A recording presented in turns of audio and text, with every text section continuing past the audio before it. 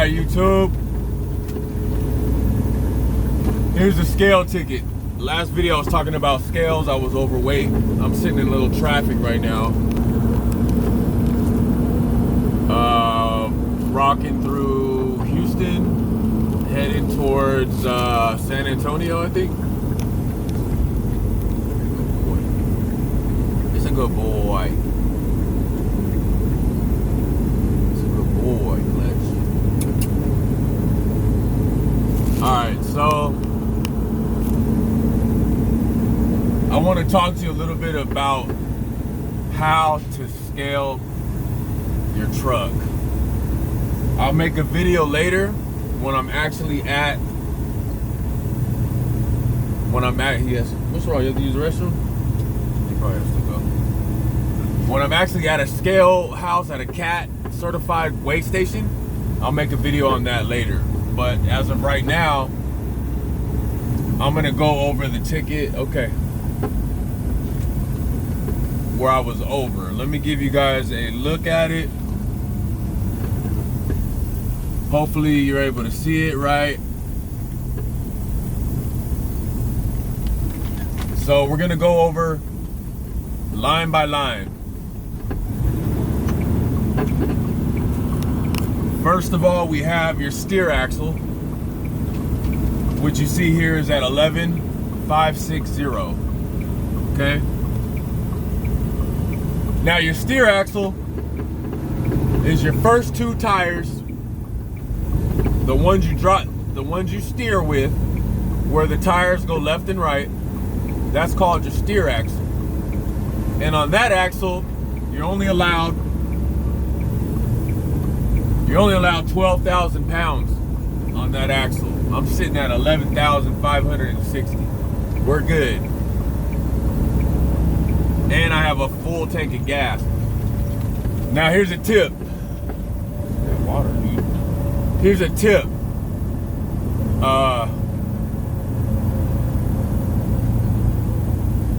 Be careful on heavy loads when you fill your truck up with gas.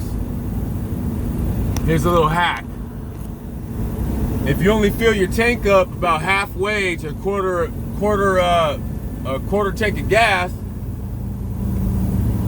you'll be able to have more weight down the line, as I explained to you. And you see a lot of that during a lot of like specialty hauling or you know, specialty flatbedding, heavy haul flatbedding, not just regular standard flatbedding. I'm talking about oversized loads, you know, big Peterbilt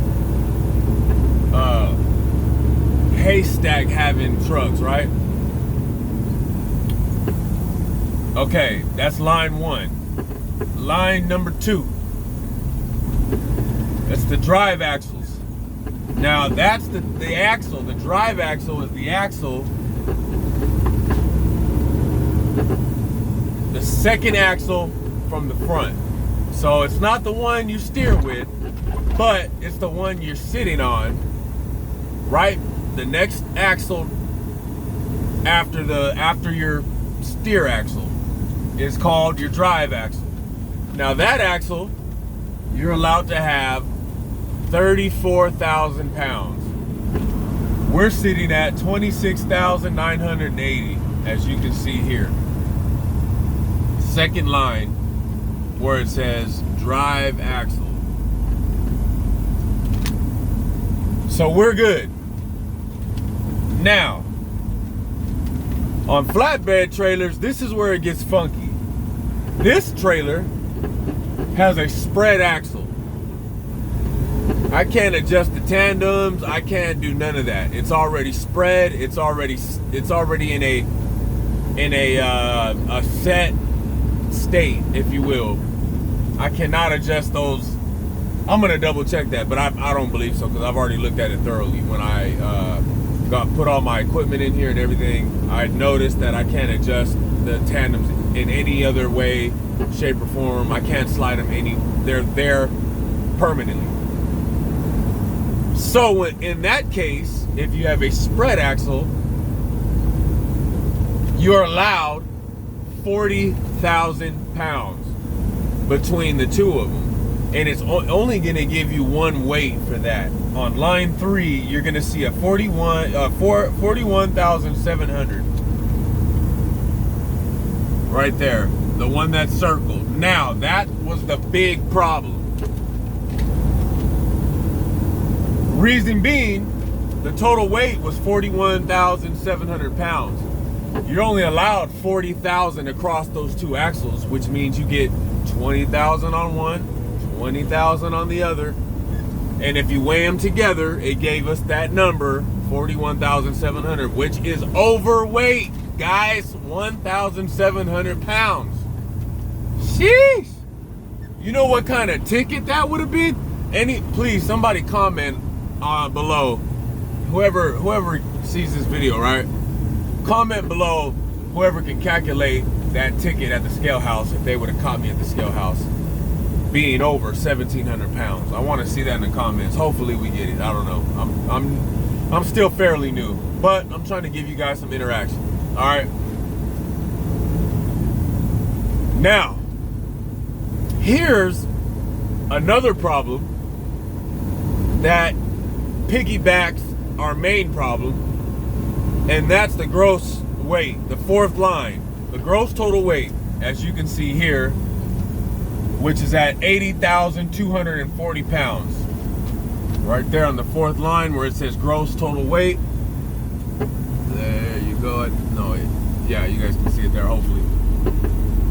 All right, so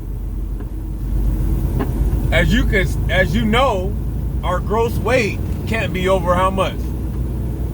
80,000 pounds. Our ticket says that we're at 80,240. So off top, not only are we over on our trailer axle, which is the spread axle that I just mentioned, where it's allowed 20 and 20, altogether 40,000, we're over 1,700. Okay, not only are we over there, but we're over in the total gross weight of 80,000 pounds. So we're over 240 pounds.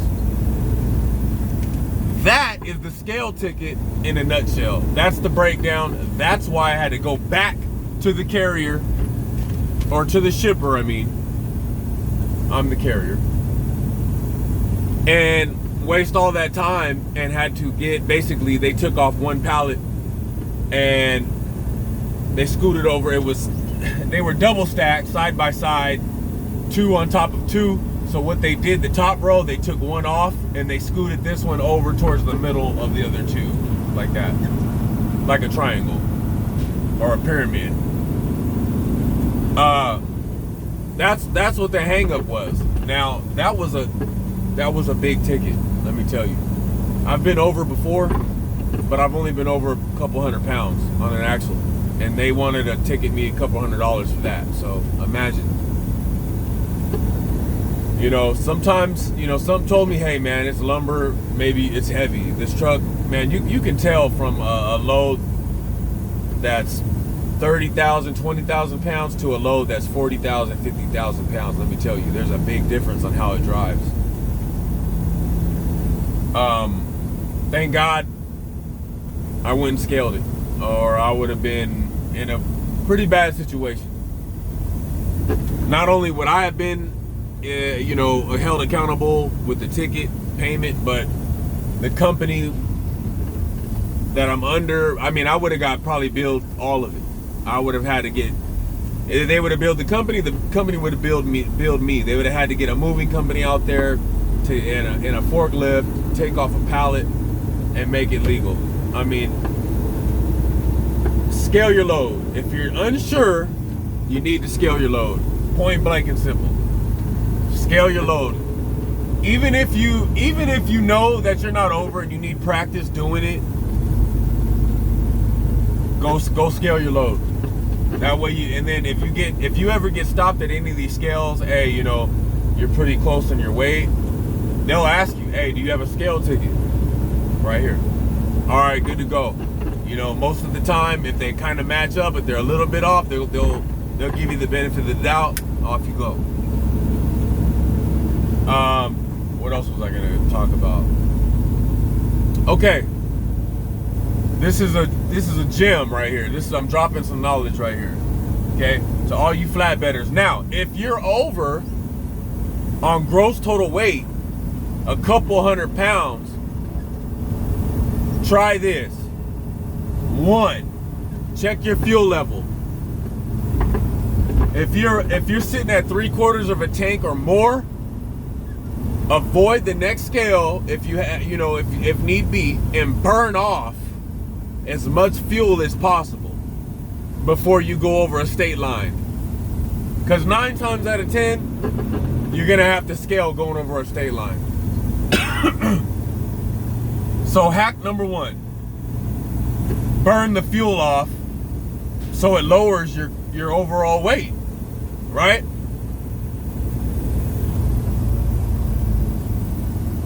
Before you go state line, okay? If you have to go, if you're not sure there's a scale coming up, most trucker GPSs are gonna tell you that. But if you didn't fork over the cash, like I didn't, buying a trucker GPS just to look cool and all that, look, that's one use of a trucker GPS, is to tell you where the scales are. And there's an option on the trucker GPS that allows you to avoid scale houses. So if you happen to have one of those, you're in luck. If you're in that situation, go ahead, go on your trucker GPS, avoid scales, and burn off your fuel that way until you're of legal weight. Because some states you have no choice. Some states you have no choice. You can't. The side roads are too far down the line. It's, they're not truck worthy. There are no truck routes available. So if you get lucky, you'll be able to avoid them. I know on the West Coast, it's real easy to avoid scale houses. On the East Coast, not so easy. Down South, not so easy. All right, hack number 2. Now, if you are driving a flatbed, which is what we're talking about, all right, most of the time, you're gonna have chains and binders, and you're gonna have tarps. So, don't worry about if you're over 100 pounds on an axle here or there, your trailer axles or your drive axles. Don't worry about it. It's all in the position of your chains and your binders and your tarps. So if you're over on your steers and your tarps are on the front end of the trailer, closest to the truck, go ahead, hop out, take your tarps down, put them on the farthest back axle you can find, and it'll take weight off your steer axle and you'll be legal. Same with the chains and binders. If you have a headache rack, they're most likely rubbing against your back wall here, against your truck. Take them down. I know it'll be a little work. Take them down and put them in your storage box. That way the other axles acquire the weight to take weight off of your front axles, your steers and your drives. Vice versa. If you don't have the luxury of having a headache rack, like I don't have the luxury of having a headache rack, my chains and binders are in the storage bins underneath the flatbed itself. Now, if I was only a couple 100 pounds over, you bet your bottom dollar I would have got out there, taken my chains, made room in my storage compartments in the truck, and put all my chains and binders in there. Yeah, it's a lot of extra work, but I'd have been street legal. I wouldn't have had to go back to the shipper. It would have took me about an hour to get everything situated, hour and a half maybe, with a little break. And I'm up and rolling. I wouldn't have had to wait till the morning time to wait till they open, check back in. You gotta understand that these companies, they know this already, right? So that's one reason why they make appointments, is for this sort of thing to happen. So I can't just run back, jump in line, be all extra, all mad. Where's the manager? Why am I heavy? Sir, you gotta wait. Why? We go by appointments. They're a well-organized business.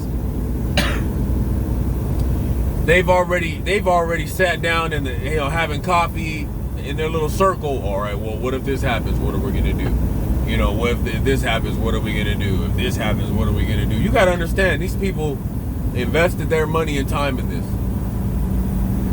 So, because it was 1,700 pounds overweight, there's no amount of tarps, chains, and binders that I could have moved around and situated in order to got that axle straight. I couldn't have dropped weight anywhere else because it was in the back. It was in the trailer axle. So those are 2 hacks that I just gave you. There's a 32-minute slowdown caused by a crash in 4 miles. You are still on the fastest route. Traffic, 32-minute slowdown. And in GPS minutes, that's about an hour and a half. Oh well, that's what my GPS just informed me. I'm not sure if you can hear it over the video. All right, anyway, so I just gave you 2 hacks. 2 hacks just in case you ever come across a scale ticket or a load that's overweight by a couple hundred pounds. I told you how to get through the scales if you ever run across that problem like I have. Fuel, burning fuel off of your truck, and placing your tarps and your chains and binders in the proper location to take the stress or the weight off of that certain axle that's overweight, man. This is Trucks with Art, man. It's been cool. God bless you. Look, I end every video like this. If you're struggling with depression, if you're struggling with being on this planet, or you're struggling with purpose as a man, seek help, get help. There's other people out there just like you in the same situation. We love you. I love you. God is real. Jesus is real. He really died for us. He died for our sins, man. It's a beautiful day outside. Take a second to look at it. God is love. I love you guys, man. Trucks with Art, I'm out.